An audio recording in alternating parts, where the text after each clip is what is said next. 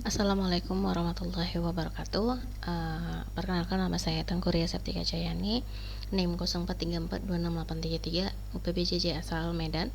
Nah, pada video kali ini saya akan melakukan penjelasan atau sedikit langkah-langkah konfigurasi tugas 2 praktikum mata kuliah keamanan jaringan. Soal yang pertama yaitu konfigurasi NAT overload. Seperti yang kita tahu bersama, NAT overload ini, NAT adalah salah satu dari beberapa jenis firewall yang bisa kita gunakan. Nah, NAT overload ini dia adalah jenis firewall yang dimana melakukan pemetaan alamat IP publik ke alamat IP private atau sebaliknya, dan membantu memperkuat sistem pengendalian firewall terhadap koneksi keluar dan ke dalam sistem jaringan internal, dan membatasi incoming traffic dan menyembunyikan konfigurasi jaringan internal. Nah, di sini untuk bahan praktikumnya sudah saya download dari link praktikum, dan ini dia, ada beberapa folder model dan satu konfigurasi tambahan yang diberikan oleh tutor kami. Dan untuk filenya itu ada di modul 5, kita pakai yang NAT, pakai file NAT, dan kita buka di aplikasi Cisco Packet Tracer. Nah, sebelum kita lakukan konfigurasi, terlebih dahulu kita harus cek routernya, karena sebelumnya di router ini sudah terpasang atau terkonfigurasi firewall access list. Jadi kita harus nonaktifkan terlebih dahulu, karena apabila tidak kita nonaktifkan, maka proses konfigurasi NAT overload itu akan tidak berjalan. Jadi kita ikuti panduan yang ada. Sebelumnya untuk diketahui bersama bahwasanya semua perangkat di sini sudah diberikan IP. File yang saya download ini dan yang saya buka semuanya sudah diberikan IP. IP yang digunakan itu sesuai dengan panduan, di mana router 1 yang kita lihat bersama ya. Di router 1 itu untuk fast Ethernet 0/0-nya dia pakai IP 192.168.30.1, 0/1-nya dia pakai 10.1, dan serial 0/1/0-nya dia pakai 50.1. Sama halnya dengan router 2. Nah, semuanya ini sudah disesuaikan dengan soal ataupun panduan praktikumnya. Hanya yang berbeda di sini kita lihat bersama, ada sebuah kesalahan di router kedua pada port fast Ethernet 0/0. Di sini dia pakai 30.1. Padahal sebenarnya itu harus pakai 20.1, karena tidak mungkin kita menggunakan IP yang sama pada perangkat yang sama yang untuk dihubungkan bersama. Baik, kita lanjutkan ke yang E. Pastikan PC yang terdapat pada jaringan 192.168.10.0 dan 192.168.30.0 dapat mengakses web dan FTP yang terdapat pada network 192.168.20.0. Berarti perangkat yang terhubung di sini PC 0 sampai PC 4 itu terhubung ke web server dan FTP server. Nah, kita akan lakukan uji cobanya. Yang pertama sekali, melalui browser yang terdapat pada PC 0, akses web server. Sebelum kita lanjut ke F, kita tes ping dulu. Di web server dia pakai IP 192.168.20.5. Di FTP server dia pakai IP 20.10. Baik, kita cek dari PC 0. Buka command prompt-nya. Di sini sudah saya uji coba tadi pertama sebelumnya ya. Tapi kita uji coba kembali. Kita ping terlebih 20.5. Di sini berhasil. Kita lanjut ke 20.10 dan juga terhubung. Kita lanjut PC 1.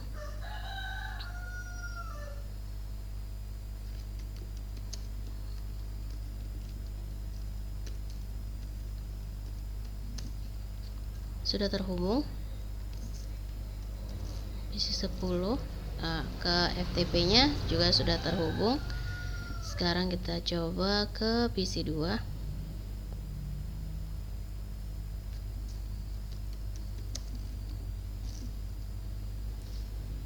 (20.5) sudah terhubung,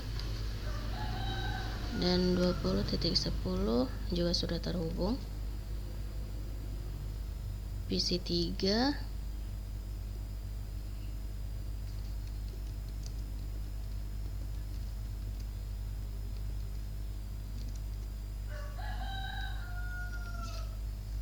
terhubung, dan ke FTP juga sudah terhubung. Sekarang kita ke PC yang terakhir, yaitu PC 4.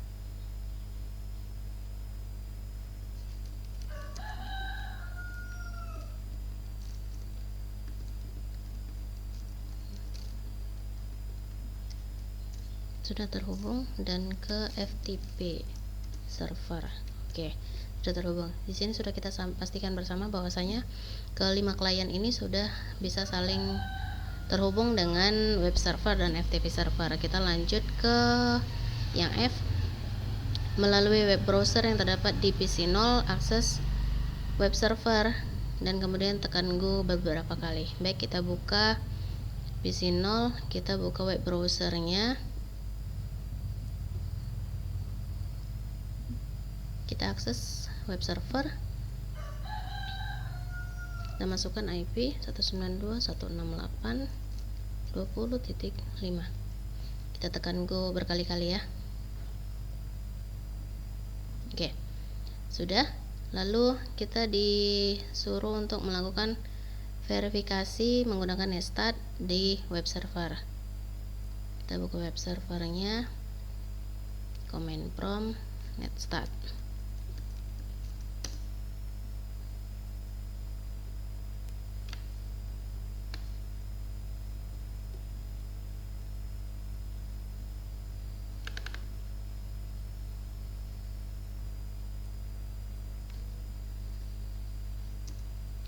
Baik, sini sudah muncul ya, diakses oleh IP 30.5 karena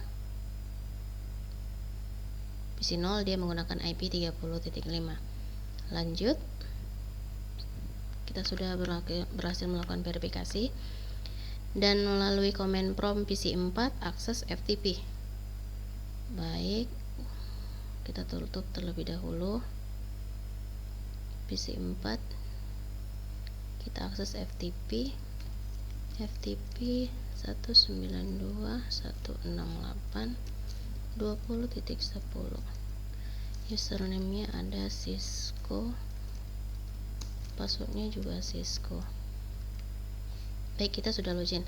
Terlebih dahulu kita harus mengecek terlebih dahulu password Cisco, password user untuk FTP-nya itu melalui FTP server. Tapi kita lakukan verifikasi dulu ya ke FTP server sebelum kita lihat di mana kita bisa memunculkan passwordnya tadi. Oh, maaf.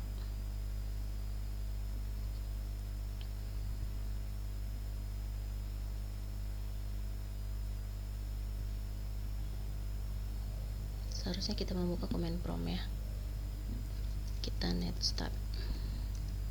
Baik, di sini diakses oleh IP saya ya, klien saya adalah 10.7. Ini dia tadi, 10.7. Nah, seperti yang saya bilang tadi, kita bisa melihatnya di mana password FTP-nya itu ada di menu service. Kita buka FTP dan di sini ada dua user, ada user Cisco dan siswa 1. User Cisco pakai password Cisco, user siswa 1 pakai password UT. Saya tadi pakai username yang Cisco. Baik, kita lanjutkan. Selanjutnya kita sudah melakukan verifikasi ya. Selanjutnya, nah, kondisi awal pada topologi tersebut adalah semua PC dapat mengakses layanan FTP server yang terdapat di alamat 192.168.20.10. Semua PC dapat mengakses web server yang terdapat di alamat 192.168.20.5. Web dan FTP server dapat mengetahui alamat yang mengakses layanan yang terdapat pada server tersebut dengan menggunakan perintah netstat. Kita lihat bersama tadi ya, setelah dilakukan verifikasi, siapa saja yang mengakses web server, bisa ketahuan siapa IP-nya. Nah, di sini kita akan melakukan konfigurasi ataupun pemasangan NAT overload-nya. Jadi nanti kita di sini seperti di skenario-nya di sini disebutkan bahwa semua PC yang terdapat pada jaringan 10.0 dari berarti PC 2 sampai PC 4 memenuhi kondisi mengakses layanan web dan FTP dengan memanfaatkan pengiriman asli yang berasal dari network-nya. Dan yang kedua, semua PC yang terdapat di jaringan 192.168.30.0 atau PC 0 dan PC 1 itu dapat mengakses layanan web dan FTP, tetapi web dan FTP masih mengenali alamat asli pengirim yang berasal dari network 192.168.30.0. Nah, berarti ada di sini nanti menjadi jalur private dan ada yang menjadi jalur ataupun ada yang menjadi IP private dan IP public. Dan nanti yang private-nya itu yang mana, siapa inside dan siapa outside. Maka kita akan lakukan konfigurasinya. Pertama kita masuk router 1, kita buka router 1, config, kita enable, kita buka terminalnya dan kita ketikkan konfigurasinya.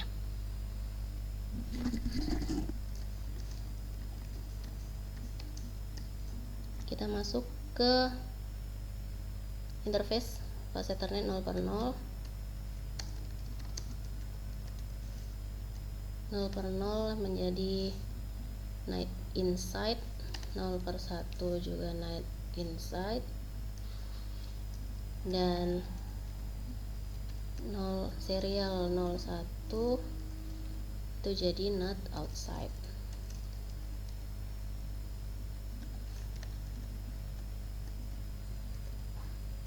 Exit,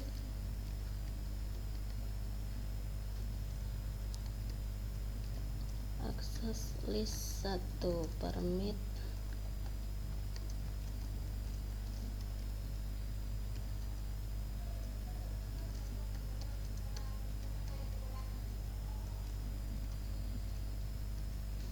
kemudian IP not inside, source list,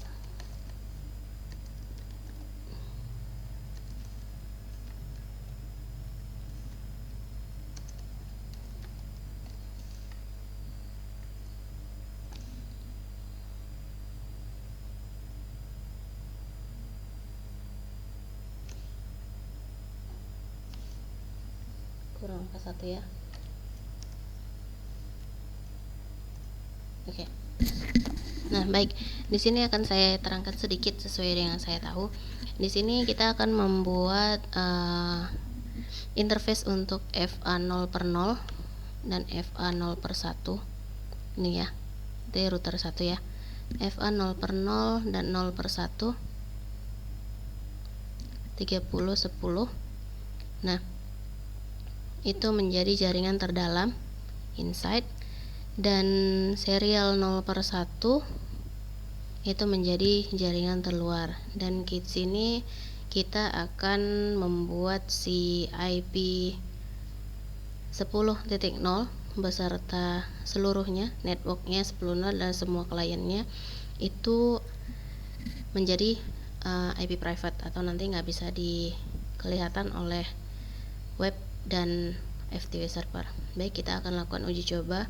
Kita analisis melalui browser yang terdapat pada PC 0, PC 3 dan PC 4. 0, 3 dan 4. Jadi 0 ini dia IP-nya pakai network 30.0 dan 2 sampai 4 ini pakai 10.0.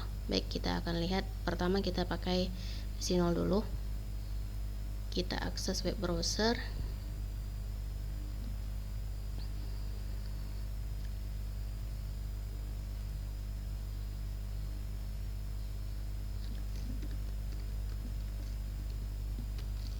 Kita akses web servernya, kita klik go berkali-kali.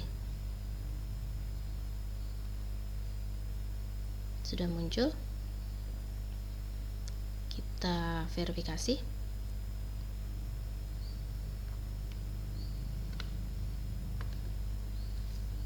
Net start.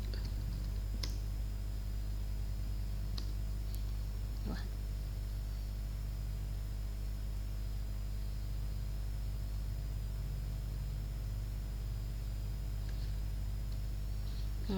Di sini masih terbaca ya IP-nya. IP CPC 0. Kita lanjut ke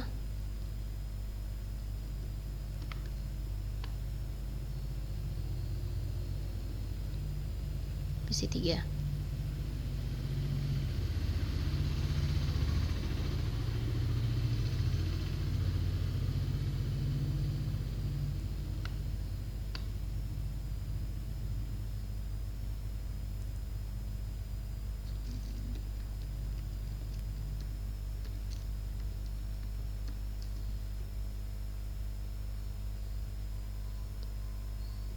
verifikasi kembali di web server.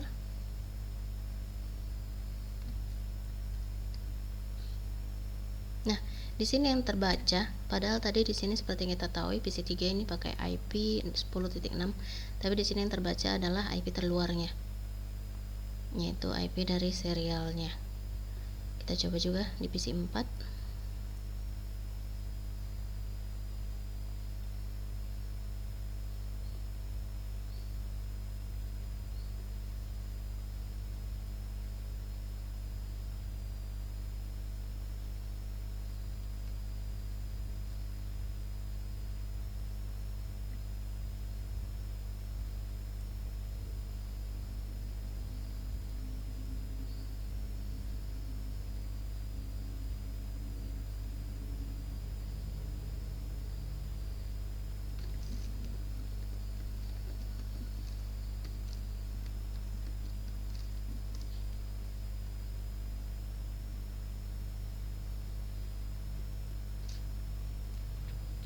Sama ya, padahal itu menggunakan klien yang menggunakan IP yang berbeda, tapi yang akan dibacanya adalah IP dari si jaringan terluarnya ataupun serial 0/0 nya, serial 0/1, mohon maaf. Baik, tadi sudah kita lihat bersama. Selanjutnya di sini kita lakukan proses penerjemahan alamat yang melakukan melalui mekanisme NAT yang dapat diverifikasi di router 1 menggunakan perintah show IP NAT translation. Nah, sini bisa kita lihat bersama ya. IP insight globalnya atau terluar yang bisa dibaca itu adalah IP yang 50.1, local insight-nya itu 10.7 dan 10.6, outside lokalnya 20.5, outside global 20. Ini tadi yang kita akses. Ini yang kita akses, tapi akan terbaca yang ini pada perangkat yang kita akses tadi. Baik, kita akan lakukan uji coba berikutnya menggunakan FTP juga ya. FTP kita coba juga. Tadi PC 0, sekarang kita coba pakai PC 1. Kita masuk FTP.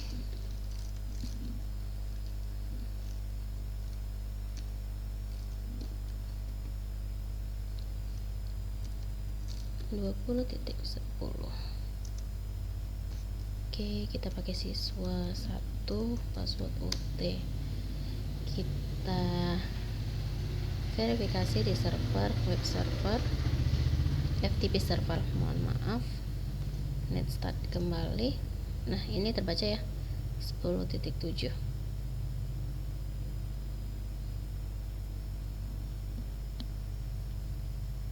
Selanjutnya ke PC 2, tadi 3 dan 4 ya. Sekarang kita coba PC 2, akses FTP juga.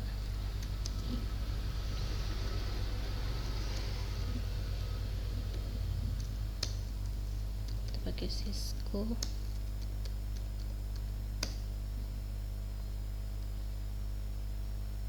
Kita verifikasi kembali.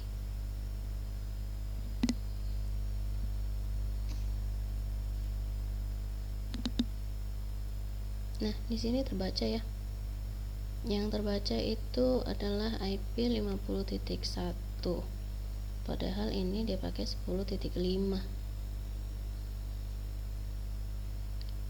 Jadi kesimpulan yang bisa saya sampaikan di sini adalah bahwasanya NAT overload ini fungsinya adalah sebagai dinding api perlindungan kepada perangkat yang mana kita ingin memprivate jaringan insight ataupun IP terdalamnya. Jadi orang hanya mengetahui bahwasanya mengakses adalah dari si IP terluarnya. Baik, mungkin hanya itu yang bisa saya sampaikan. Lebih dan kurang saya mohon maaf. Akhir kata saya ucapkan wassalamualaikum warahmatullahi wabarakatuh.